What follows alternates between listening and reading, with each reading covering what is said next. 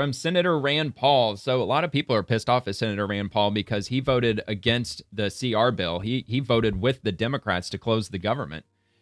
And so a lot of people are mad about it. But so anyway, this is what he had to say on the matter. I won't vote to increase spending, and I won't back down to Democrats pushing Obamacare subsidies for illegal immigrants. I fought for real cuts, including foreign aid, and I won't stand by while both parties try to undo that process or progress. So essentially what he's saying is that he didn't necessarily vote with the Democrats. He didn't vote with them. He just voted no on passing more spending, which I could kind of respect, although that's not how everybody's viewing it. Everybody's viewing it that he just voted right along with the Democrats because he voted no against passing the bill. But he's doing it for a very different reason. He's doing it not because he wants the insurance money for illegal immigrants. He's voting against it because he doesn't want them to increase the amount of spending that they're, I guess, proposing, which I wasn't aware of that. I thought it was just the status quo. This is just another one of those bills. I mean, Republicans keep saying that we've passed this exact same CR bill 13 times under Biden, and Democrats voted for it every time. So to me, it sounds like it's just going to be just another regular bill, spending bill with no change. And they keep saying that. They keep saying that we didn't make any changes to this bill. It's the same bill that we've been voting on over and over again. So maybe Senator Rand Paul, maybe he's voted against all of those other ones, possibly. Or maybe he's voted for them before, maybe very reluctantly, and maybe he's had enough at this point. I'm not so sure. But anyway, here's a 4.5-minute video from Kentucky, of Rand Paul on Fox is the News. chair of the Homeland Security Committee. He's the only Senate Republican to vote against this GOP spending bill. Senator Paul, good to have you with us. We showed that 71%, according to the Gallup poll, disapprove of Congress. Obviously, that's a pretty ugly number for the place where you work. Why do you think that is, and why did you vote against this bill? Everybody always hates Congress. When you look at polls of Congress, everybody hates Congress in the generic. As I just said. But people tend to like their own congressman a lot better than that. So most incumbents actually have the reverse of those numbers. What I would say about the spending bills is I like my Congresswoman, Anna Paulina Luna, although I don't agree with her on a lot of things, though. Whether it will add to the debt or save us money. The Republican plan adds about $2 trillion to the debt. The Democrat plan would add about $3 trillion to the debt. I'm just not. So is he talking about this CR bill, or is he talking about the bill that's coming up in 4 weeks that they're going to vote on? Because the bill in 4 weeks is the bill that's going to be for the next fiscal year, whereas the bill that they voted on September 30th was a bill that only carried the government from September 30th or October 1st until the end of November, I think it is. Isn't it? I think it's like the end of November when they're up for that next fiscal year bill. I'm assuming that's the bill he's talking about. But even still, he voted against this bill, the temporary one that only gets us to that next spending bill. For piling on more. We have a $37 trillion debt. Somebody's got to do something about it. Someone has. Yeah, I couldn't agree with him more on that. I mean, I highly respect him for that. And now I'm pretty much at the point right off the bat that I'm like, okay, yeah, now I can see why you voted against it. If that's the stance that he's taken, that he wants to get down the national deficit, couldn't agree more. It's only going up and up. We've already gotten over $1 trillion that we have to spend on just interest of the debt. So if taxpayers have to pay $1 trillion a year and we put all of that money in toward the deficit, it's not going to bring down the principal a dime. It's only going to hold it where it's at. Matter of fact, I think it's $1.2 trillion that we have to pay in interest on the debt. Just like a credit card. You know, when you only pay the interest that you owe, the balance is still going to be the same. If you just keep paying them that same amount of money, you're going to have that same balance for the rest of your life. You're just going to be like infinitely paying them interest till the day you die. And $1.2 trillion is the interest. That's a lot of money. I've already done the math. It's like almost $6,000 per American, including children. Every single American citizen. If you take 340 million Americans, and if you divide 1.2 trillion divided by that amount, that's how much each American has to pay each year. It's in the thousands of dollars. And that's if the national deficit doesn't move right now. If it only holds at 37 trillion, which we know it's not, because as Rand Paul just said, they want to increase it another $2 trillion. So now it's going to be almost $40 trillion. Every time that number goes up, the interest goes up with it. 1.2 trillion. Next year, it's going to be 1.4 trillion. Next year, it's going to be 1.5 trillion. Next year, it's, within 5 years, we're going to be paying $2 trillion worth of interest. I mean, it doesn't take a rocket scientist to figure out that, like, well, in what, 15 years, maybe in 20 years from now, we're going to have to pay like $3-something trillion in interest. It's going to get to a point where it's going to be so much interest that the government won't have any money for literally anything. The government won't, like, what are they going to do when they reach that point? Are we just going to say, oh, well, we can't afford the interest, we're just not going to pay it anymore? It makes me wonder if they've got some long-term plan with maybe switching us over to crypto or doing some sort of digital currency where we're just going to move away from the dollar and jump into this currency, and then we're going to tell everybody who holds all of America's debt, we're just going to say, well, we don't actually use that currency anymore, so sorry. Yeah, because that's not going to fire off World War III. It fucking will. Absolutely. To take a stand, and there needs to be a conservative wing of the Republican Party, and sometimes I'm it. Right now, I am it. I'm opposed to deficit spending. I proposed an alternative, the penny plan, which would balance over 5 years, and I will vote for that. I will vote for something that has if it works, less man, I'm deficit, all for that. but I'm not voting for a $2 trillion deficit. The one irony here, though, for Democrats is these are the Biden spending levels from December of last year.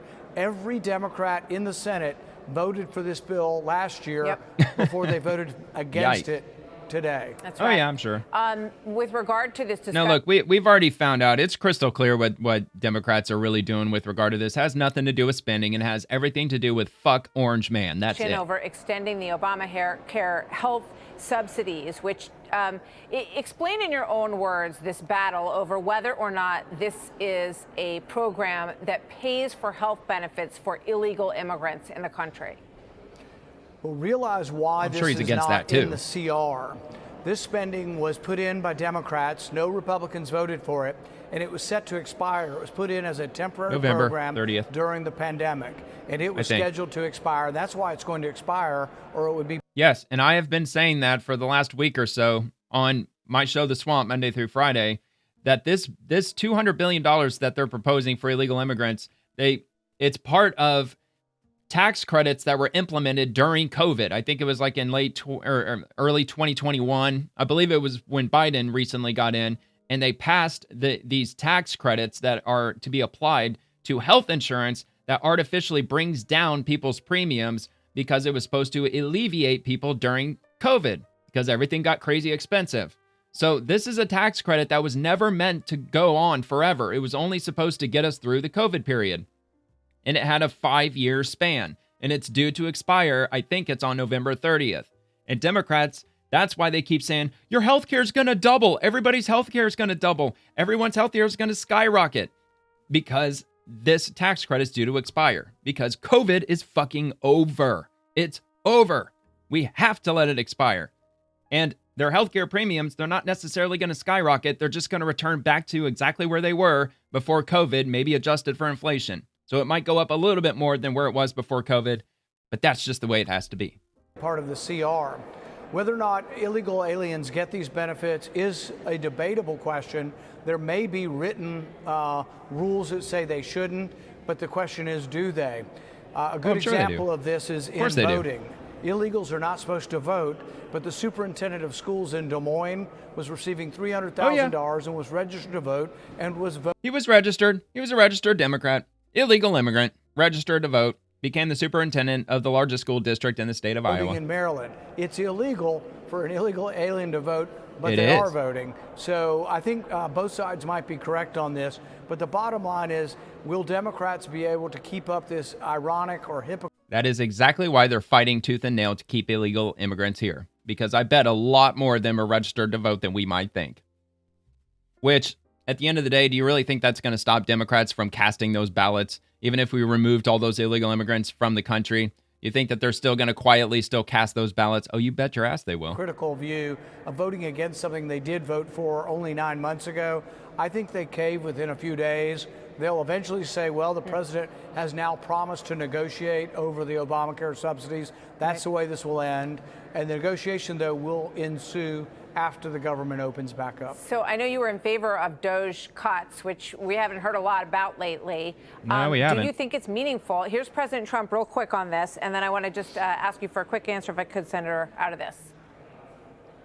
If DOJ is already reducing the federal workforce, why is it necessary to link more federal jobs cut to a shutdown? Because it reduces spending. you moron. Well, the Democrats want to shut it down, so when you shut it down, you have to do layoffs. So we'd be laying off a lot of people. Will that actually happen? Yeah. There's a lot of debate over whether or not 700,000 those worth. people would just be furloughed. I say go for I it. think it depends on how long the shutdown is, but government does need to shrink. It's gonna be a because record, our I deficit think. is still $2 trillion a year. DOGE did some good things, but that's another problem with the current CR, is it wipes out those things. Foreign aid will come back. So all the cuts we got to foreign aid through the rescission packages and through DOGE, which I supported and wholeheartedly still support, they're coming back with the CR. The Republican CR reinstitutes foreign aid. No shit. For real? Okay, well, I wasn't aware of that. There are a lot of things that are in the details that people need to learn about this. A lot of Whoa. work to take another step backward. And as you pointed out, taxpayers paying Yeah, dude, like Republicans certainly failed to mention that. They keep saying it's the same CR we've been passing for years. We haven't changed anything. It's only 16 pages. It's very clean. Remember they keep calling it the clean CR? It's the clean CR bill. Well, that was pretty revealing. $5 trillion, and the expenditures are $7 trillion. So it doesn't work out that well in any other environment except the government. Thank you very much, Senator Paul. All right, well, I'm definitely on Rand Paul's side on that. If everything he said is legit, yeah, I definitely understand why he voted against it, for sure. Especially if it's going to reinstate all of that foreign funding that Doge got rid of. If the CR bill just reinstates all of it, then what the fuck was Doge for in the first place? And maybe that was part of the reason why Elon Musk left pissed off. Probably because he understood that. He understood that, like, all of this shit, like the months of time that he devoted, the richest man on earth, like he doesn't have other things that going on in his life that he could be using his time for. Because, you know, somebody who's worth that amount of money and that's running these amount of companies, he probably looks at his time as completely invaluable or even valuable. I don't, you know, like he's got what, like 10 days left or 10,000 days left of his lifetime. I'm sure he looks at it in that way. And he took a large chunk of his life and he put it into trying to make the government more efficient just to see another funding bill pass to like undo everything that Doge did. That's fucking bullshit. If that's true, which it wouldn't surprise me for a second, because this, at the end of the day, this is the federal government.